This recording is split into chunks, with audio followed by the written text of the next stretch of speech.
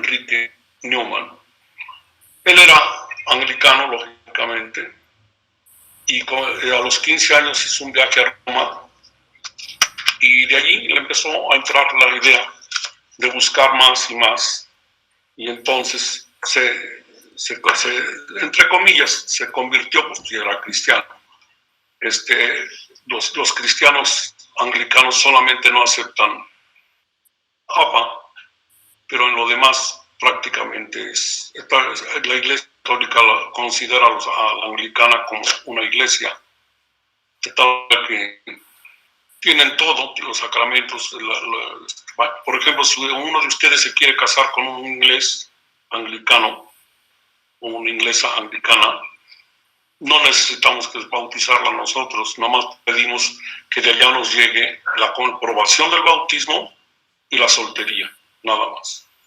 Porque la Iglesia Católica la tiene como iglesia también, porque cuando se separaron los obispos y los sacramentos siguen aceptándose. No es lo mismo que con las otras sectas americanas, 450 o 500 sectas americanas que ya son, que ya el credo ya está completamente alterado. Bueno, su oración es esta, es chiquitita, pero está bonita. En el nombre del Padre, del Hijo, del Espíritu Santo. Amén. En la oscuridad que me envuelve, llame, amiga, llame tú a la meta.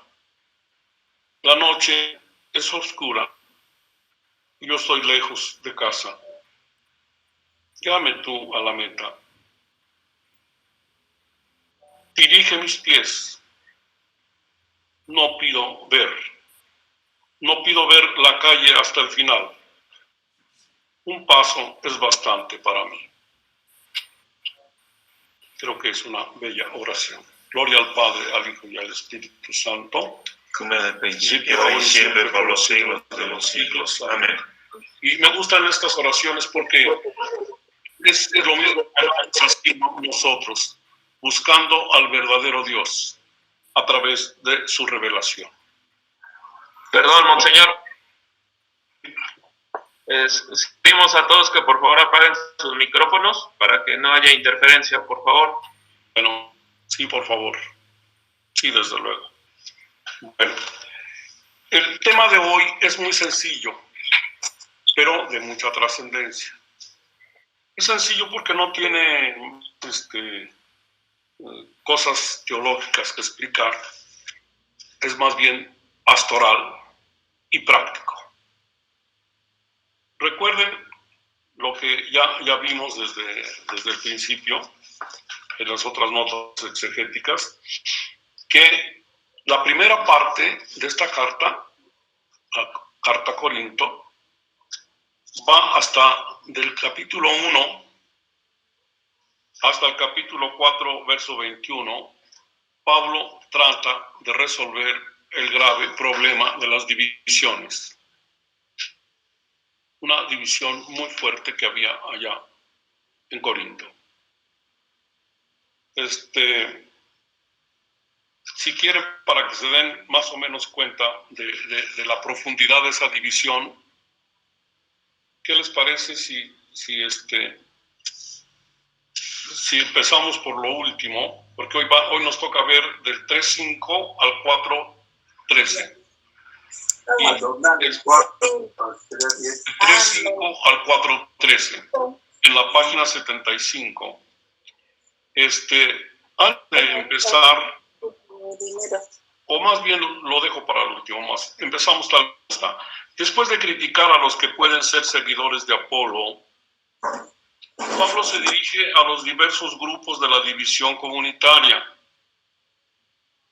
Todos los cismas se dan por la soberbia de algunos. Cisma en griego quiere decir separación. Todos los cismas se dan por la soberbia de alguno. Y eso es cierto, absolutamente. Cuando alguien se siente superior a otro, crea su propia iglesia o se separa del grupo porque se cree superior. Todos los cismas tienen como origen eso. Si estudian un poco de historia de la iglesia, se van a dar cuenta de lo mismo. Los verdaderos apóstoles no buscan su propia gloria, sino solamente ser ministros y siervos, por lo cual todos son iguales y están bajo la dependencia de Dios. Eso lo vamos a ver ahora del 5 al 9, del capítulo 3. Es importante que siempre tengan en cuenta en el fondo la división que causó Apolo, porque todos estos versos van dedicados a tratar de resolver la división. En esta sucesión, especialmente del 3:10 al 17 y del 4 al 7, Pablo descubre las graves responsabilidades del ministerio apostólico, pues la vivencia cristiana la conciben muy ligeramente los fieles de Corinto. Y iba yo a empezar por leer 8 al 13, pero lo dejo para el final, para que se den cuenta de qué tamaño era la división. Las divisiones acaban realmente con las iglesias, con los grupos. Bueno, en primer lugar, el apóstol es un ministro y su tarea es llevar a la fe a las personas, ejercitando los dones en los espacios en que Dios le ha confiado. En el apostolado es gratuita la elección divina y por lo tanto no se lleva a cabo por cuenta propia, ni para el propio provecho. Leamos un poquito el texto. Aquí tienen el verso 5, para que lo que acabamos de decir pues, se entienda como explicación de lo que está diciendo aquí en el 3:5, ¿no? En el 3:5 dice,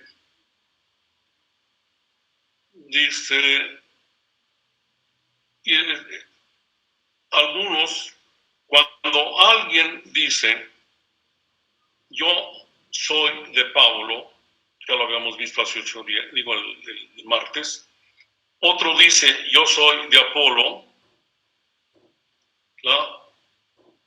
pregunto, ¿quién es Apolo? Ahí está la interrogación en griego. Punto y coma quiere decir interrogación, repito para que se vaya grabando. Ti de estin Paulos, ¿quién es Pablo? Y responde, diaconoi dia hon episteusatin. Son Apolo y Pablo son simples servidores de los que creyeron. No dice simples, yo añadí la palabra simple, pero servidores. Diaconeo es acompañar, ayudar, servir. Diácono es el que acompaña y sirve. Los diáconos que aparecen en el capítulo 6 del libro de los Hechos empiezan por servir en las mesas. Son servidores. Un diácono es un servidor de las mesas. Así empieza el diaconado. Entonces, ¿qué somos nosotros los predicadores? Los que, vamos a pensar, los que ya tienen una responsabilidad apostólica. O tenemos. Según Pablo, diaconoi, servidores. Servidores a través de los que ya creyeron o en favor de los que ya creyeron. Y cada uno, a cada uno Dios le dio el incremento, edoken, Kyrios edoken. Dice, porque yo planté, es una imagen, es una metáfora. Planté. Apolo, sí, yo planté, Apolo regó. Pero solo Dios hizo crecer la planta. O sea, en otras palabras, siguiendo para más facilidad de todos, no somos dueños de la obra, no somos dueños del reino, somos servidores. Somos servidores. Y voy a leer más forma. No es como ¿cómo se llama? ¿Dónde está el verso? Espérenme. Ya me había adelantado.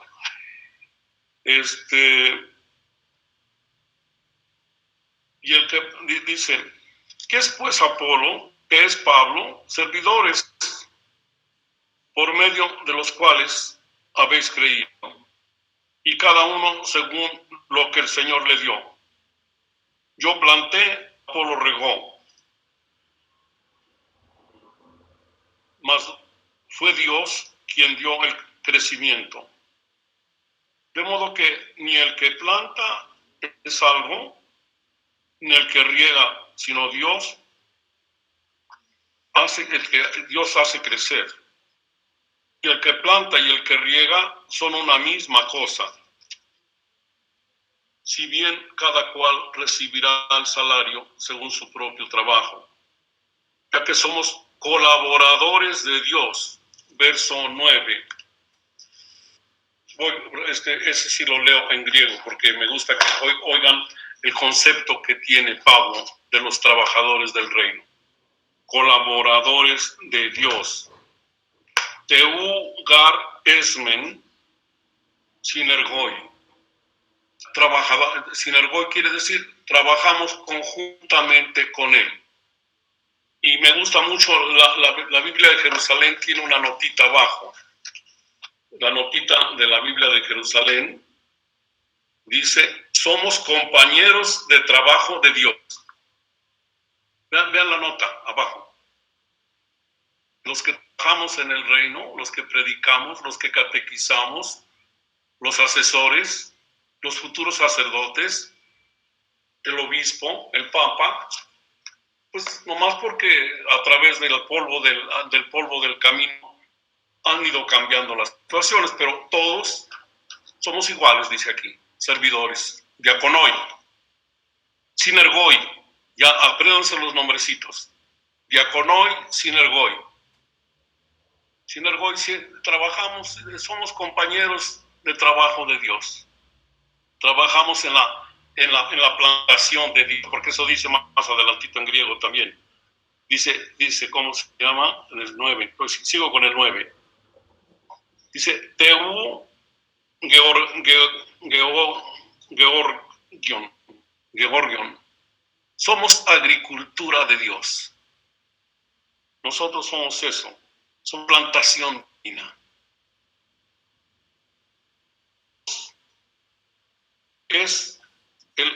Dios es la edificación.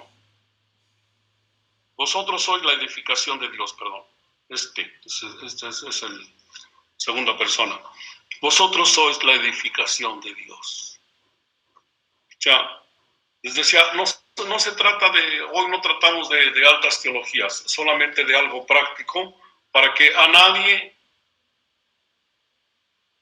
se le vaya a marear en su vida y piensa que porque es catequista o porque es asesor o porque es el párroco o porque es el obispo o porque es el papa es algo más. No, todos somos obreros de Dios. Somos diaconoi, servidores. Antiguamente los papas, aunque estaban ya muy cargados por la costumbrística que los rodeaba, porque la cultura es una fuerza muy grande de la que es muy difícil de escapar. Las jerarquías, con todos sus ropajes, se fueron haciendo a través del tiempo. Es polvo del camino. Pero al principio, todos los predicadores éramos hermanos entre sí y hermanos con la plantación divina, que son los fieles que reciben la palabra. Entonces estamos yéndonos al núcleo de lo que somos, para que nadie se gloríe. Acuérdense del verbo kaufomai, para que después, lo va a usar Pablo muchas veces, para que nadie se gloríe. por sí mismo, porque no es más que servidor de Dios. Y compañero, y qué hermoso, sinergoi, compañeros de trabajo de Dios, esos somos. Esa es gracia divina muy grande, que Dios nos haya escogido para ser compañeros de trabajo. Qué hermoso, ¿no? Bueno, los versos 10 y 11, volvemos aquí, si es necesario, cuando sea necesario voy al griego para que se quede más claro.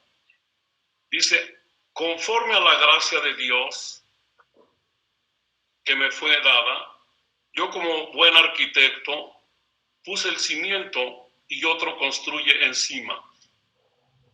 Dense cuenta que ya cambió de imagen Pablo. Pablo es un hombre que tiene mucha abundancia de imágenes en su cabeza y que a veces no es tan ordenado. Deja escapar una y la entrecruza con la otra. Venía hablando de que éramos la agricultura de Dios, éramos la plantación de Dios. Y ahorita ya hablando en el verso 10 dice que somos, ¿cómo se llama? Que está usando la imagen de una edificación. Dice en el griego, dice, Kataten harin tu teun, ten lokeisan main, hos sophos architecton. Dice, según la gracia de Dios que nos ha sido dada, como sabio arquitecto,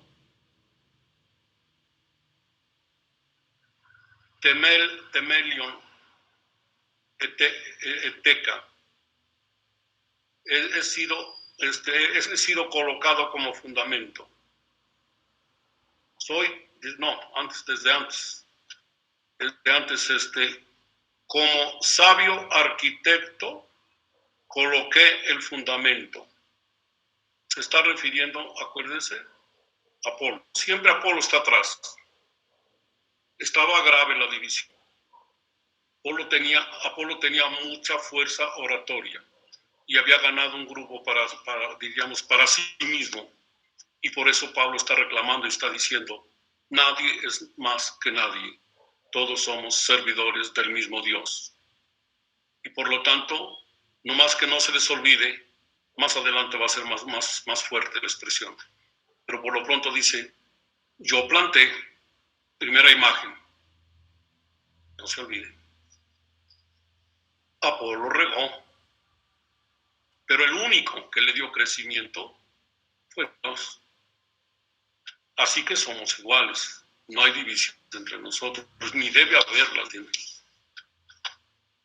Y ahora con la imagen de la edificación, está diciendo, el arquitecto es una palabra griega, así dice, arquitecton, tiktemi y argi, de allí viene la palabra arquitecto.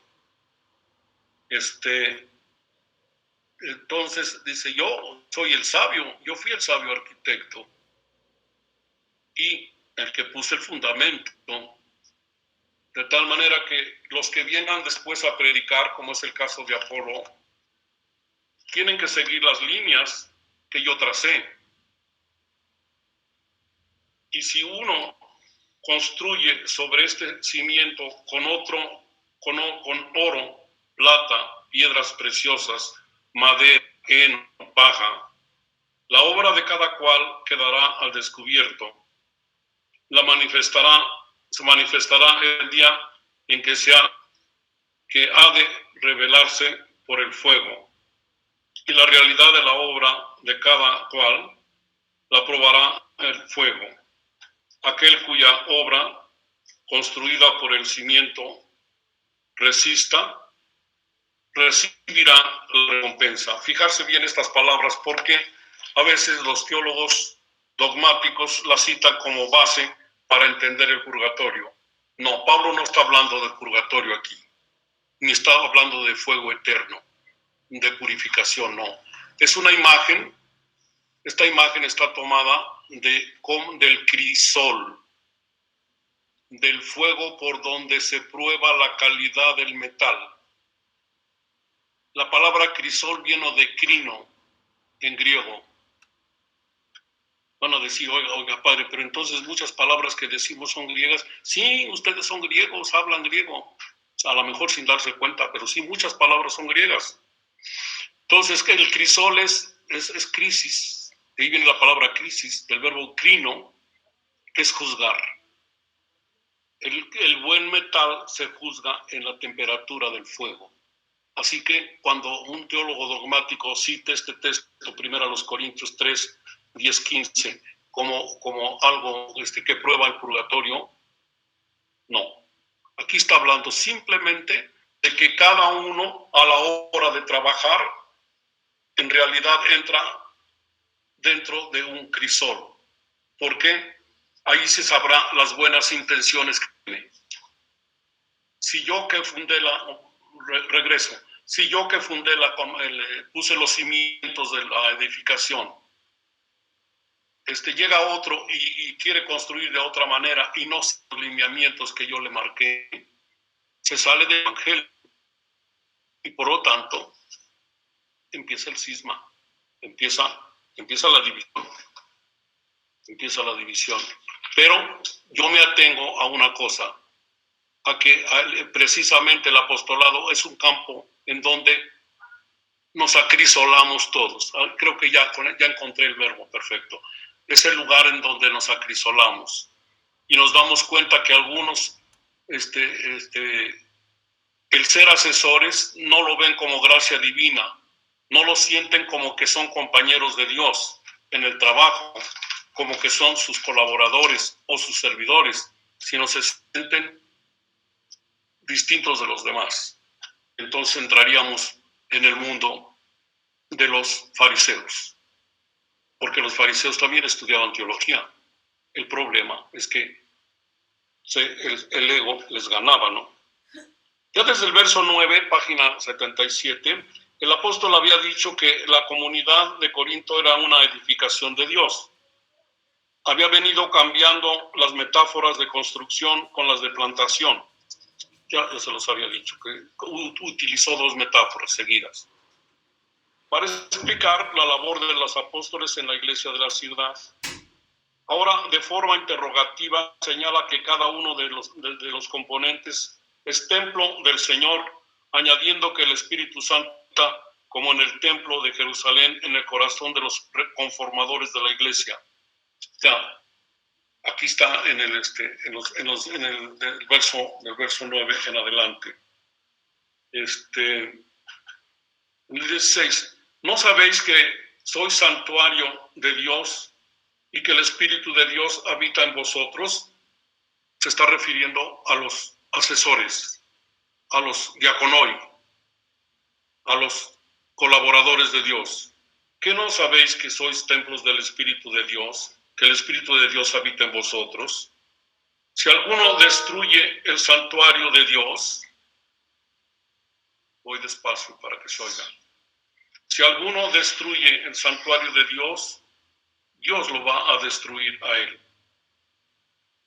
Porque el santuario de Dios es sagrado y vosotros solo sois ese santuario.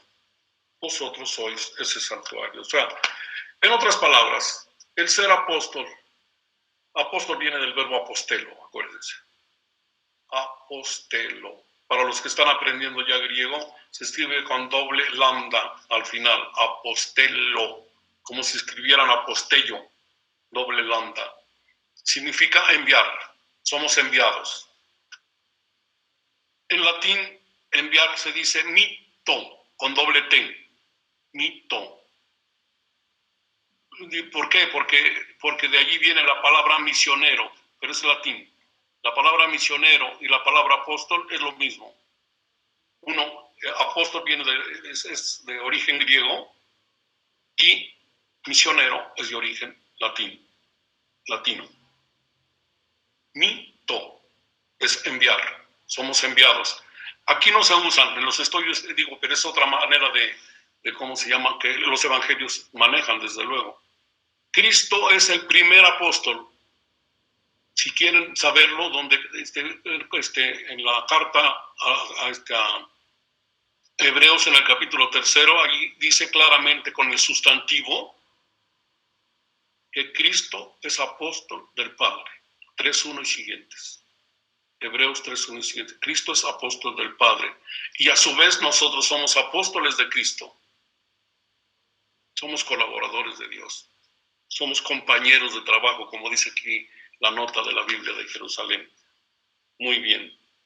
Y que no se nos olvide que estamos habitados, somos el santuario de Dios y habita en nosotros el Espíritu Santo. Nos exhorta a respetar esta presencia, a cuidar la habitación del Altísimo en sus corazones. El templo se profana no solo mediante acciones indignas que lesionan la sacralidad, sino también con las divisiones y fracturas grupales que lesionan la unidad pensada por Dios para todos los bautizados.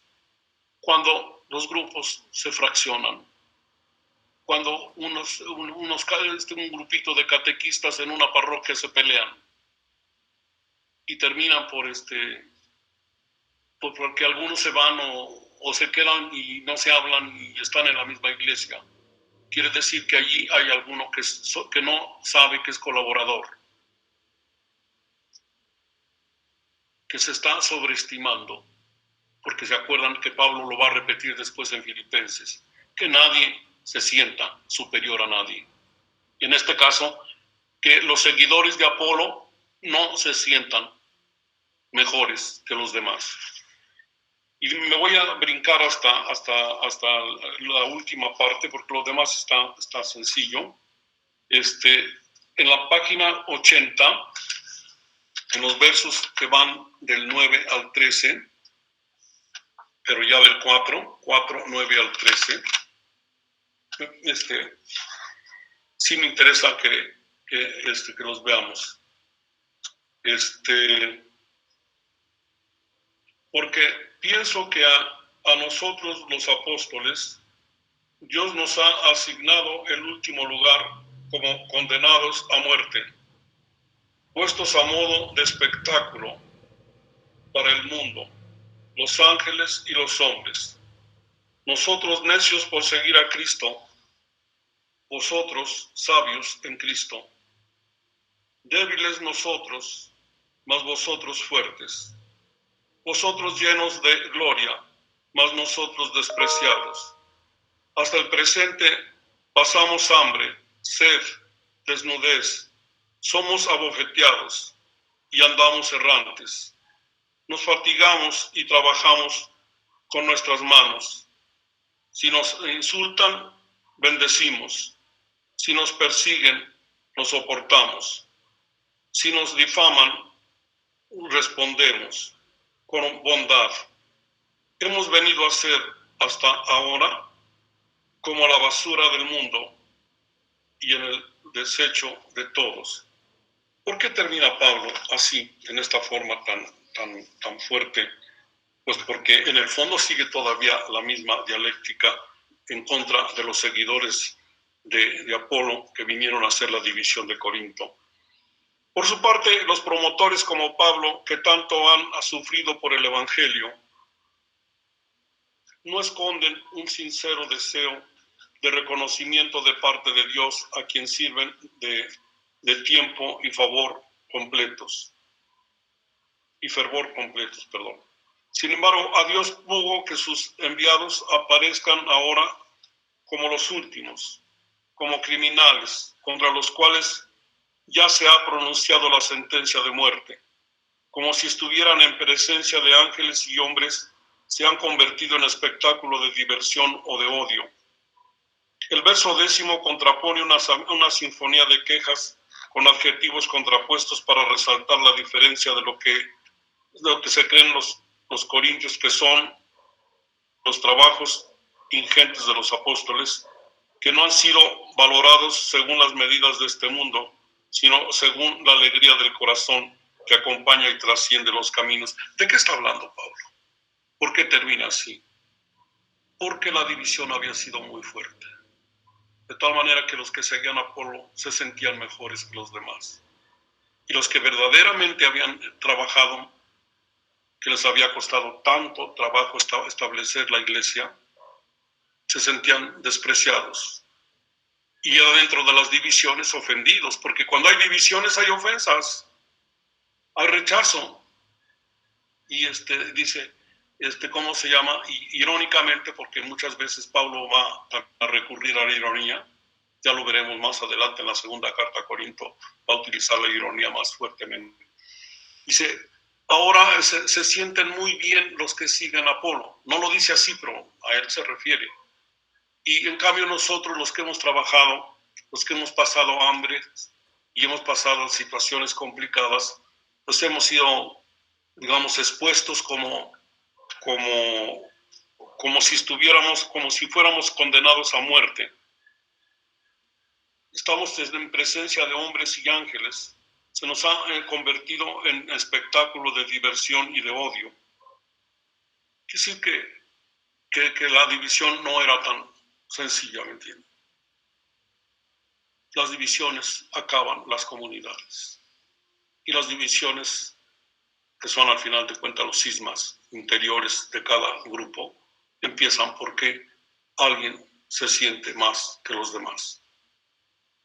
Y la potencia oratoria de Apolo, que había querido hacer el bien, porque por aquí hay una partecita en la carta donde Pablo no acusa a Apolo, le dice que lo entiende, a ver si no me equivoco, y el que planta y el que riega son una misma cosa, si bien cada cual recibirá el salario según su propio trabajo, ya que somos colaboradores de Dios y vosotros campo de Dios, edificación de Dios, conforme a la gracia de Dios que me fue dada. Yo, etcétera, sigue con lo de la idea del arquitecto. Pero hay una parte donde ¿cómo se llama? Pablo dice pues que Apolo lo hizo sin darse cuenta. Él quiso predicar y tenía muchas habilidades, capacidad, como dije ya, retórica, para argumentar y para presentar hermosamente las cosas.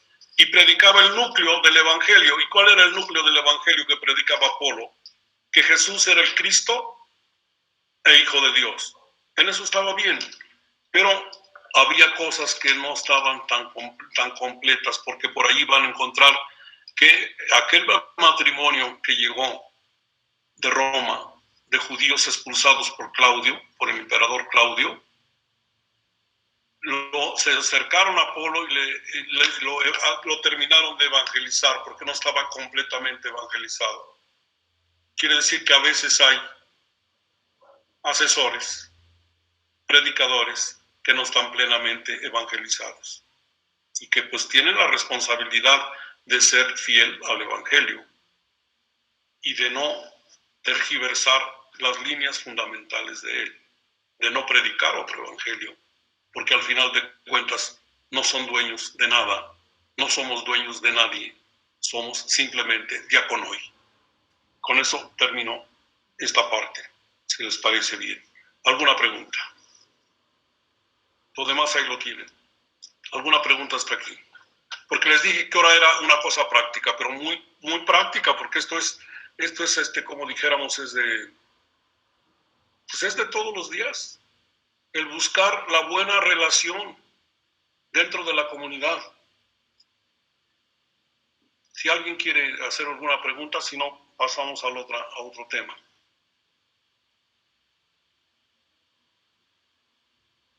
¿Por qué no están las caras? Es que pasa uno que está ahí, pero... Padre, soy Víctor. Ajá. Esta parte en la cual Priscila y Aquila evangelizan a Apolo, quedaría incompleta por las situaciones que se generaron, porque pues él él predicaba el bautismo de Juan, ¿no? Y después viene la evangelización de Priscila y Aquila, pero ¿por qué siguen las divisiones? Estuvo en esa evangelización, en esas catequesis que le dan, por así decirlo, a Apolo, incompletas. Faltó algo que no le hiciera entender claramente a Apolo el mensaje del Señor. No señala Pablo en qué errores estaba cayendo Apolo, pero sí dice que no tenía una evangelización completa. Entonces, se pronuncia Aquila, porque es latín, significa águila, era el nombre de él, y Priscila era el nombre de la señora. Entonces, ellos venían de Roma, de las comunidades cristianas de Roma. Y en cambio, Apolo iba de Alejandría, es decir, del norte del delta del Nilo, de la ciudad grande de Alejandría, la segunda ciudad del imperio. Y sí, él era un cristiano ya, porque creía lo esencial, ya lo creía. Creía precisamente que Jesús era el Cristo, era el Mesías y el Hijo de Dios. Pero tendría algunas otras desviaciones a la hora de predicar, y por eso este matrimonio se acerca con Apolo y lo empieza pues a terminar de darle la versión completa del cristianismo. Pero la buena voluntad de Apolo pues, y su capacidad, sin darse cuenta, habían causado la división dentro de la comunidad. Por eso Pablo tiene que ocupar prácticamente 4 capítulos, o 3.5, bueno, 4, más bien 4.5, hasta el verso 21, para deshacer ese problema, porque cuando él llega, acuérdate, de allá de Atenas, pues ya llega con la humildad que también él aprendió, porque él había hecho un discurso retórico muy bien hecho. Ya les dije que leyeran ese discurso, está precioso, ¿no? Pero no le dio resultado. Le dijeron, pues ahí después te oímos, ¿no?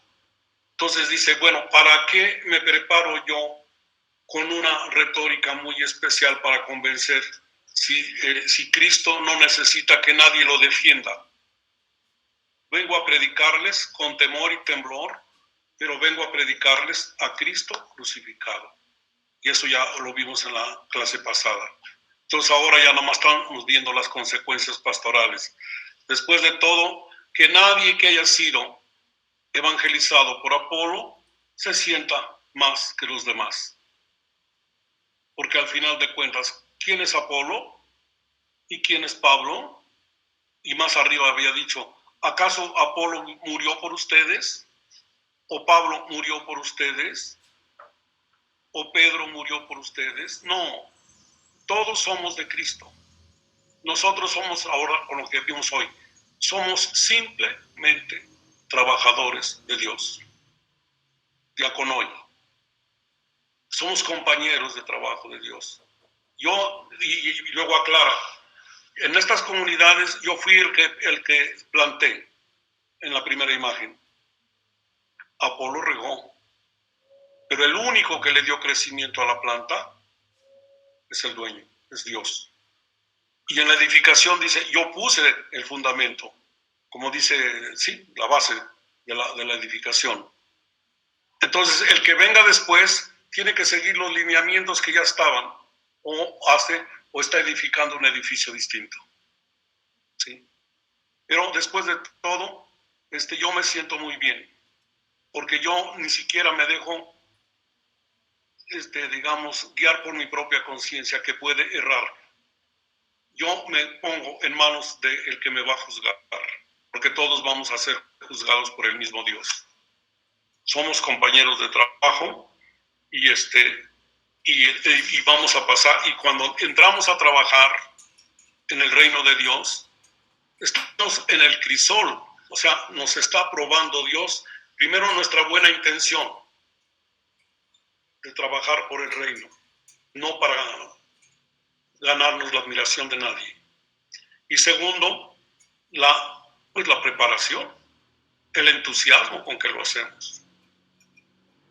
Sería todo, parece que es. Sí. Pero sí, no se dice exactamente qué frases hubiera dicho Apolo que no estuvieran de acuerdo. Pero sí dice que le corrigieron a estos hermanos que venían de Roma. Gracias. Que fueron compañeros. Después los vamos a encontrar porque son compañeros de Pablo.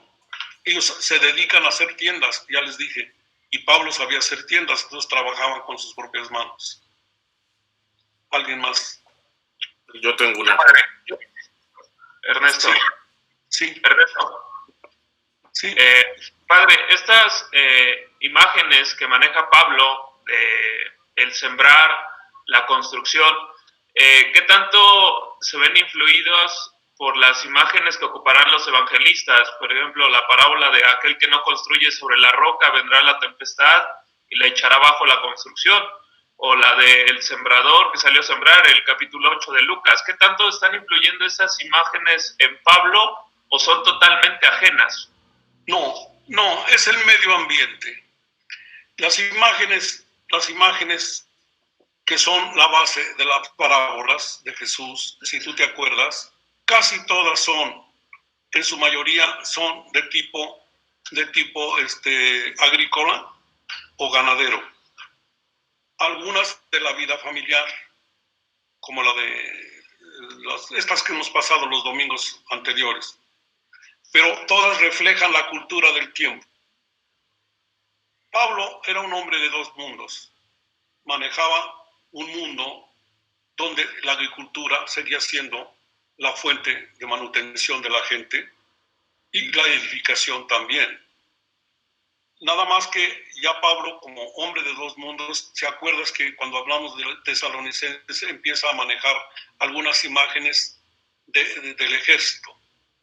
El yelmo, ¿te acuerdas? La coraza, etcétera.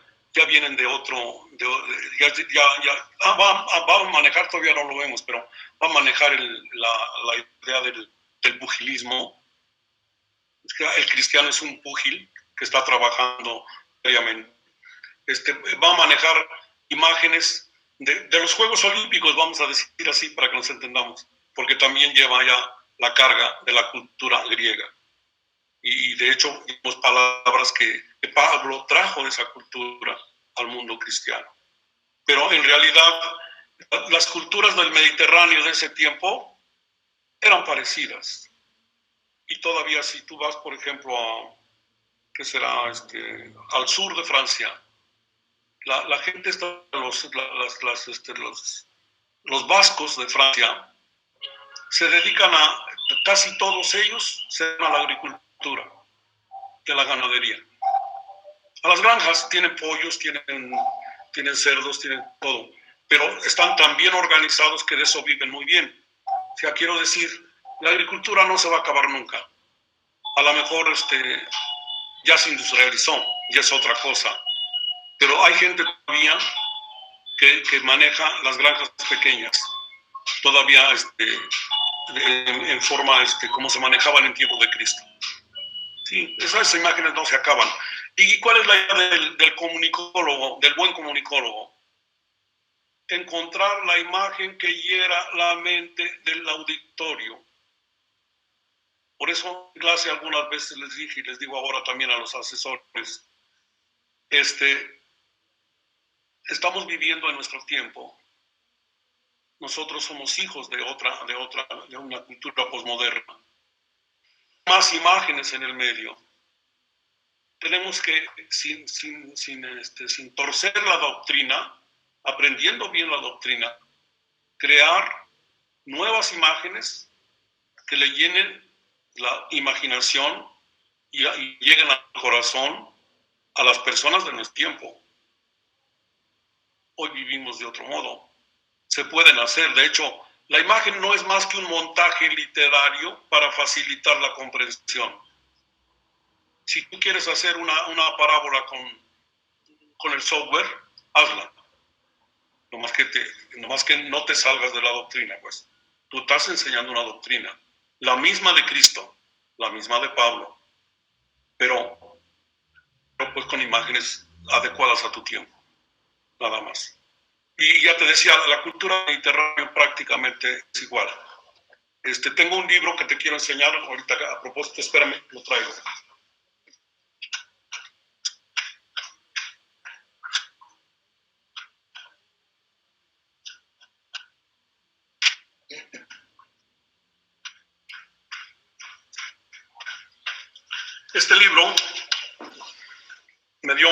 muchas luces. Se llama Los Evangelios Sinópticos y la Cultura Mediterránea del siglo I. Porque según el que lo escribe, son dos. Dicen que el primer punto de partida para una buena exégesis es saber el mundo cultural a que se dirige por primera vez la palabra. La palabra, el contenido de la palabra es eterno, es el mismo para el hombre del siglo XXI, pero las circunstancias de la primera edición, diríamos, de la primera vez que se pronunció el mensaje, son muy importantes para poder entenderlo. Este libro da muchas luces. Es del Verbo Divino, Ágora, de Bruce Malina.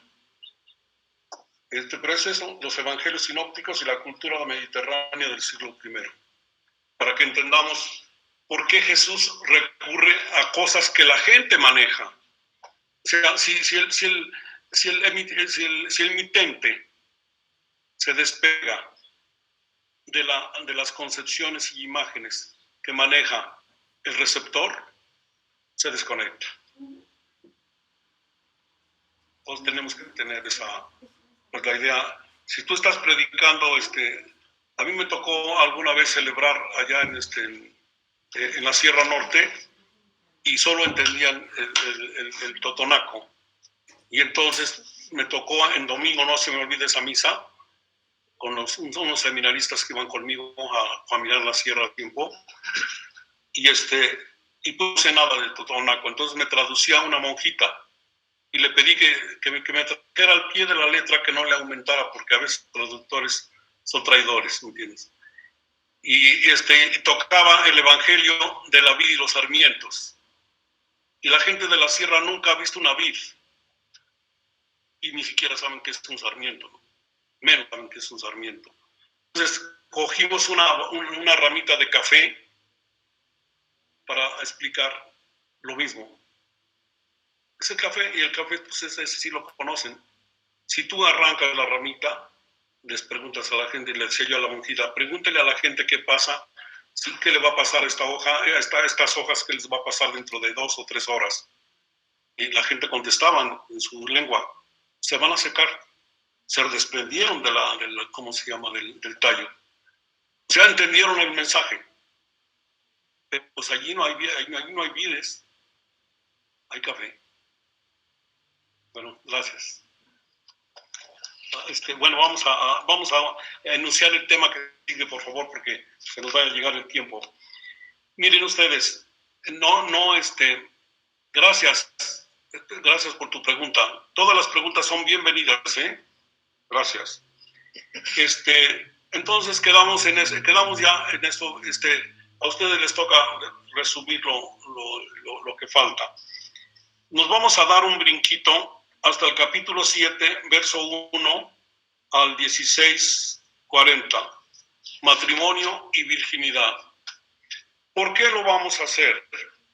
Porque los temas intermedios, primero porque no se puede hacer el exégesis de toda la carta, no acabaríamos nunca.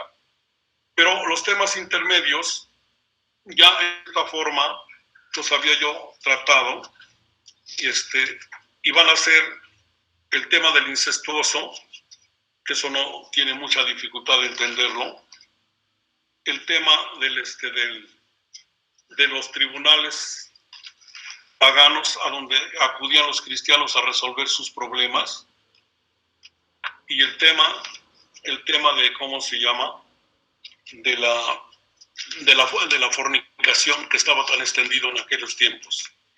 Hasta allí llegamos al capítulo 6. Son 3 temas muy sencillos, no hay mucha dificultad. Y era que tomáramos el tema del matrimonio y la virginidad. Para eso recordemos lo que dice ¿cómo se llama? Mateo capítulo 19. Acuérdense, de ahí partimos. ¿Por qué? Pues porque esas son las frases directivas dichas por el mismo Cristo. Mateo 19, o si quieren, Marcos 10. Esas son las ideas directivas sobre el matrimonio. Ahora vamos a ver qué dice Pablo, ¿no? Pablo, en primer lugar, 7,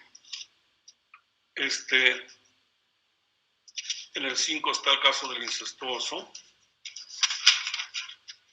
Pero lo único que quiero que capten es que la evangelización no es algo que suceda el día que tú predicaste. La evangelización supone una información completa que lleva tiempo. El cristianismo está como está por las platiquitas prebautismales o presacramentales que damos, y que la gente va a veces arrastrando los pies, y que en algunas parroquias, para facilitar las cosas, porque a lo mejor tienen otros intereses, les dan 2 horas los domingos y ya los bautizan. Cuando la iglesia era de veras, se trabajaba 3 años antes de bautizarse, durante el ecumenado que va hasta el siglo V. Digo esto porque este incestuoso, al mismo tiempo que estaba viviendo una situación tan anómala, vivía en comunión con la iglesia. No le parecía que justo fuera algo tan grave. Lo mismo los fornicarios. La fornicación estaba tan extendida que haberse bautizado y celebrar la Eucaristía del Señor era lo mismo, o sea, no pasaba nada, ¿me entiendes? Porque habían perdido el sentido del pecado, como vamos a ver en la carta a los romanos. Y la otra, pues es de tipo más o menos, no es una falta grave, pues recurrían a los tribunales paganos para resolver sus problemas. Y Pablo, en otras palabras, les dice, ¿por qué no lo resuelven entre ustedes? Y así no escandalizan a los paganos. Resuélvanlos entre ustedes. Entonces, no es tan difícil eso. En cambio, aquí empieza en el capítulo 7, y ya empieza otra parte de la carta. Ya los problemas, ya no son los problemas de la comunidad. Son las preguntas que le hacen a Pablo, a través probablemente también de Apolo, porque Apolo estuvo allá en Éfeso. Recuerden que Pablo está escribiendo en Éfeso, año 56, no se les olvide. De la familia de Chloe, también dice que recibió noticias por esa familia, de las situaciones que pasaban allá en Corinto. Pero aparte de eso, hay preguntas, igual que en Tesalonicenses. Todo lo que sigue son preguntas. La primera pregunta es lo del matrimonio. ¿Qué piensa Pablo del matrimonio?